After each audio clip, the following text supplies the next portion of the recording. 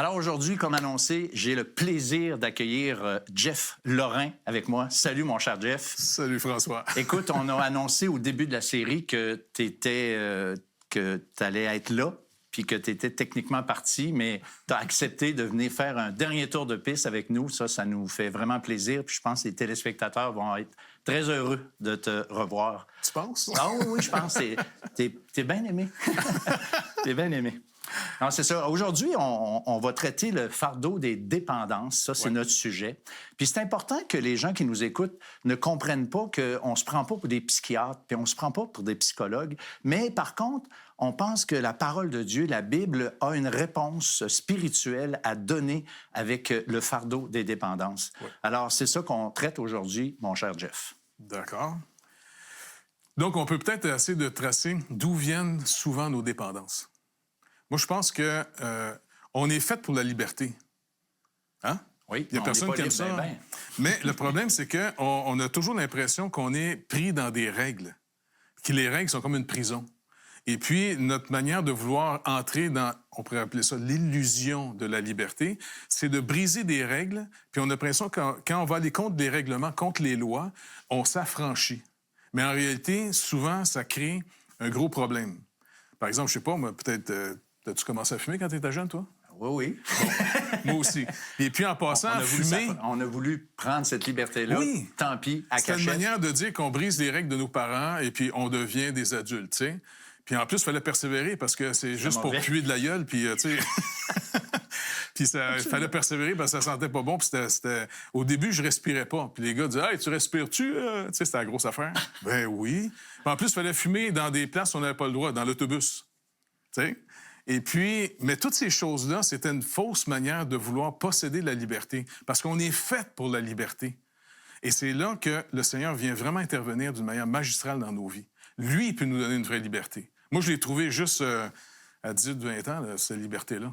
Ouais. Avant ça, mon chum, j'ai rentré dans des petites... Mais tantôt, tu me racontais hors d'onde quelque chose, je trouve intéressant par rapport à ton histoire. Tu sais, comment tu voulais comme déconnecter de chez vous, partir. Moi, je trouve ça hallucinant. Je sais pas, depuis que j'étais tout petit, même à 4-5 ans, souvent. 4-5 ans? Oui, parce que ma mère, tu sais, elle nous couchait l'après-midi, faire la sieste. Puis moi, je me sauvais par la fenêtre. Ben, voyons. Je te le dis. Puis à un moment donné, ou par la porte, puis elle avait mis souvent le bureau pour pas que je me pousse, tu sais. Mais c'est pas que j'étais malheureux chez nous. J'avais l'impression que si je me poussais de chez nous, la liberté était dehors. Je sais pas pourquoi, tu sais. Et puis, quand je suis arrivé ado, vers 12, 13, 14 ans, ben, j'ai commencé à laisser des petites notes sur la table de cuisine. Faites 12 ans pas, bye-bye, je passe une pause, je reviendrai plus tard. Ça peut être un mois ou deux après, tu sais.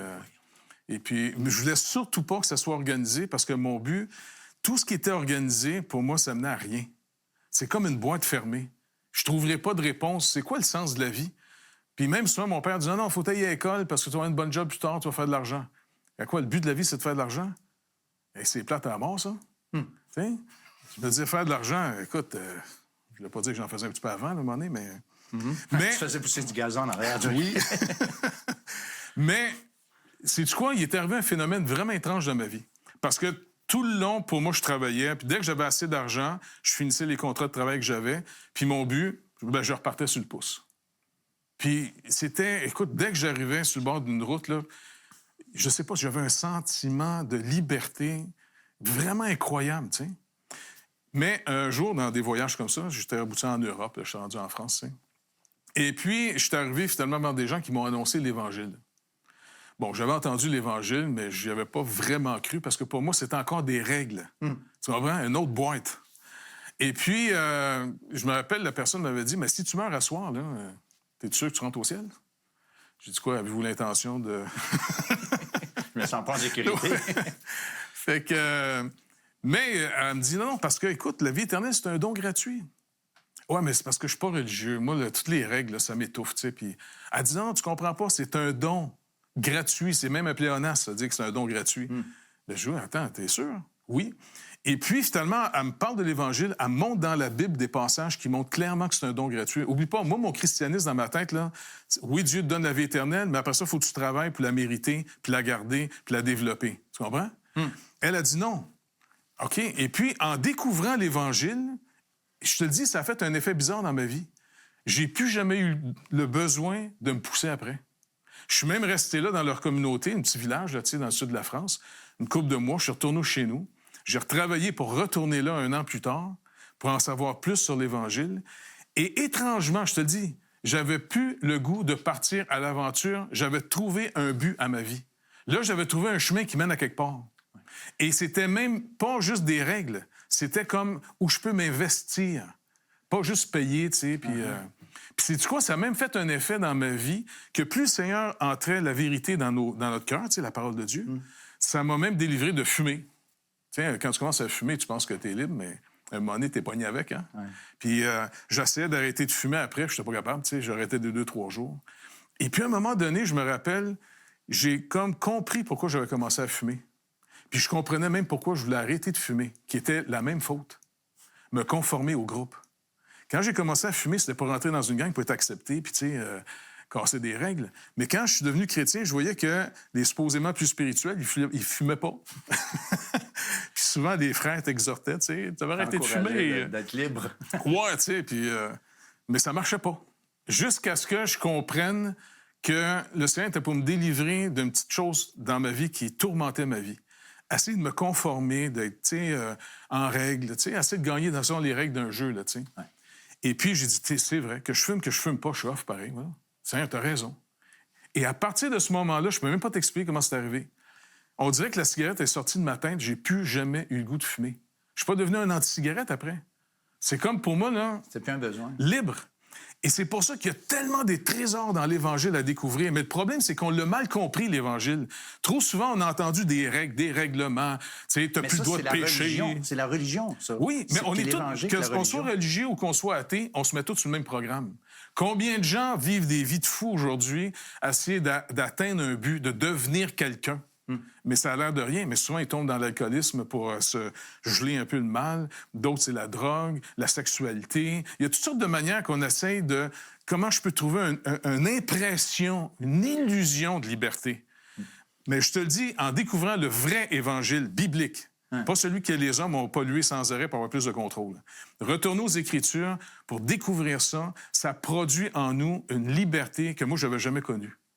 Et c'est marqué, vraiment, c'est un trésor. Je n'arrête pas de penser au verset. Si le Fils vous affranchit, vous serez réellement libre. Oui. Donc, la vraie liberté, elle existe quand Christ prend le contrôle de nos vies. Exactement.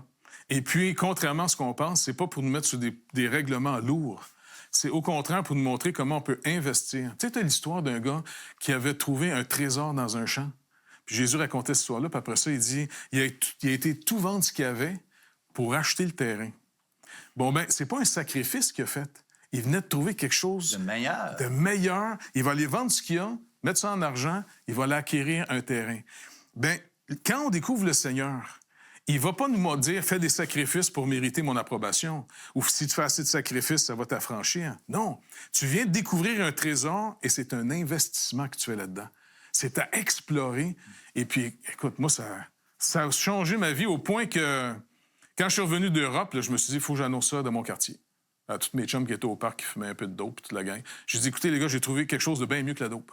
Jésus. Ils me regardaient. Hey boy! Comment? Oui. Qu'est-ce que tu fais le vendredi soir? Ben, on était un petit groupe, on lit la Bible, on prie ensemble, puis on a...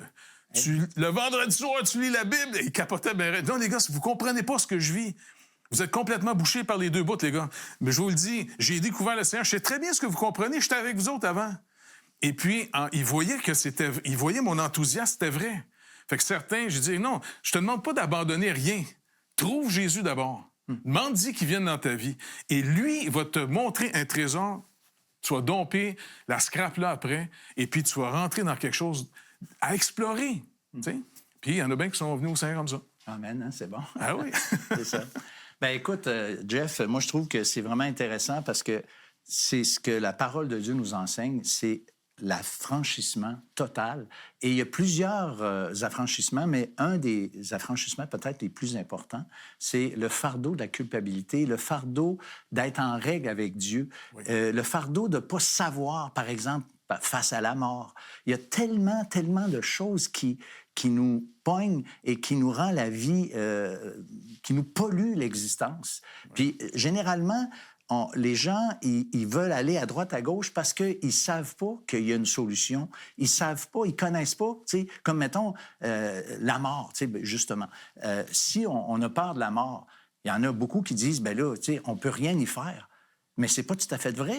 En fait, c'est pas vrai du tout. Tu as raison. La Bible enseigne qu'on peut être en paix. Puis moi, je sais personnellement que j'ai la vie éternelle. J'ai reçu par la grâce de Dieu le pardon de mes péchés pour la simple et bonne raison que Christ, à la croix, a subi, j'allais dire, mon enfer. Il a subi ma condamnation à moi, qui suis un pécheur, qui méritait son jugement et qui maintenant m'affranchit de ce fardeau de culpabilité. Il m'affranchit de toutes les dépendances que je pouvais avoir parce que j'ai peut-être pas été aussi pire que toi, Jeff, mais je peux vous dire que j'avais aussi certaines dépendances et que si Dieu m'avait pas parlé lorsque j'étais un adolescent, jamais j'aurais eu la vie que j'ai eue parce que j'étais comme mal parti, comme disait le père d'un de mes amis.